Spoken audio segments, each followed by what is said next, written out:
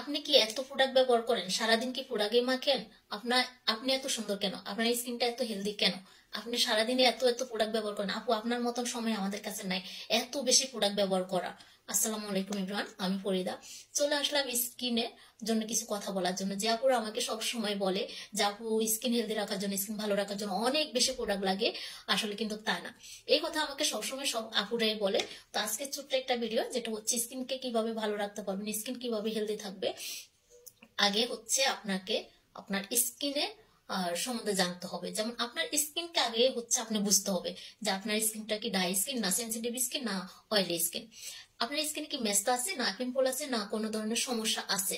সেই হচ্ছে অনুযায়ী আপনাকে প্রোডাক্ট ব্যবহার করতে হবে।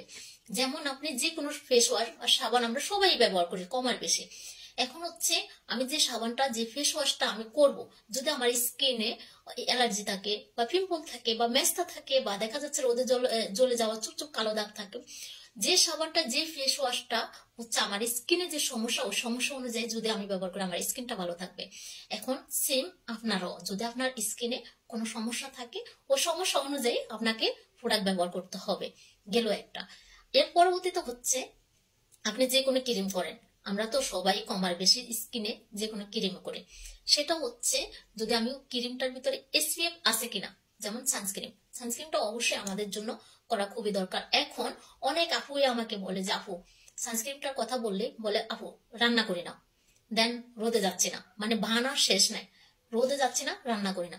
রান্না করলে রোদে গেলে যে আপনাকে সানস্ক্রিনটা করতে হবে তাও কিন্তু না। সানস্ক্রিনটা অবশ্যই আপনাকে রেগুলার ব্যবহার করতে হবে, এটা সবার জন্যই। সানস্ক্রিনটা যত আর্লি করা যায় তত আমাদের স্কিনটা ভালো থাকবে। স্কিনে রোদে গেলে, রোদে পড়বে না, আগুনের তাপে গেলে আমাদের স্কিনটা ড্যামেজ হবে না তাড়াতাড়ি। বয়সের আগে যে বয়সের চাপটা আসে, চলে আসে, এটা আসবে না। স্কিনে বলি রেখা আসবে না, তারপর স্কিনে মেস্তা ভাবটা আসবে না। এখন হচ্ছে আমি সানস্ক্রিনটা গেল, দেন আমার স্কিনটা হেলদি রাখার জন্য আমি প্রতিদিন রাতে হচ্ছে যত কাজে থাকবে, যত দৌড়াদৌড়ি করি, তার পরবর্তীতে হচ্ছে স্কিন ভালো রাখার জন্য, স্কিন হেলদি রাখার জন্য সিরামটা করি। আপনিও চাইলে আপনার স্কিনে অবশ্যই রাতে সিরামটা ব্যবহার করতে পারেন, যেটা হচ্ছে যে সিরামটাতে কোলাজেনের কাজ করবে। যেমন আমরা ছোট থাকতে আমাদের স্কিনটা অনেক বেশি টান টান থাকে, সেটা কেন? কোলাজেলের কারণে। কারণ হচ্ছে আমাদের তখন শরীরে স্কিনে কোলাজেলটা প্রচুর থাকে। যখন আমরা বড় হতে হতে আমাদের স্কিন থেকে কোলাজেলটা কমে যায়। সেক্ষেত্রে আমরা কোলাজেলের যে কোনো প্রোডাক্ট ব্যবহার করলে আমাদের যেহেতু কোলাজেলের কমে যাচ্ছে, ওই ঘাটতিটা আমাদের হচ্ছে পূরণ হয়ে যায়। যেমন কোলাজেল কমে গেলে কি হয়, স্কিনটা হচ্ছে কুচকায় যায়, তারপর হচ্ছে স্কিন ঝুলে যায়, চামড়াগুলো ঝুলে যাচ্ছে।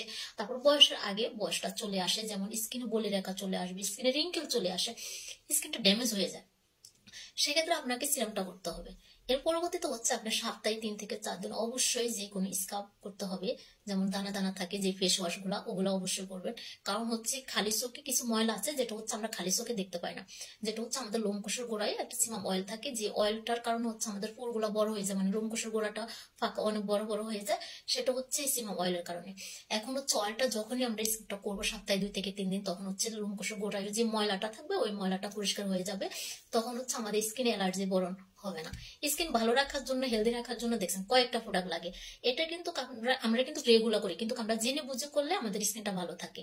অল্প কয়েকটা প্রোডাক্টে আপনার স্কিনটা আপনি চাইলে হেলদি রাখতে পারবেন, ভালো রাখতে পারবেন। কিন্তু আগে আপনাকে আপনার স্কিনের সম্বন্ধে জানতে হবে, আপনার স্কিনে কি সমস্যা, আর ওই সমস্যা অনুযায়ী আপনাকে প্রোডাক্ট ব্যবহার করতে হবে। ইনশাল্লাহ আপনার স্কিনও অনেক সুন্দর থাকবে, হেলদি থাকবে, ভালো থাকবে। সবাই ভালো থাকবেন। আল্লাহ হাফেজ। আসসালামু আলাইকুম।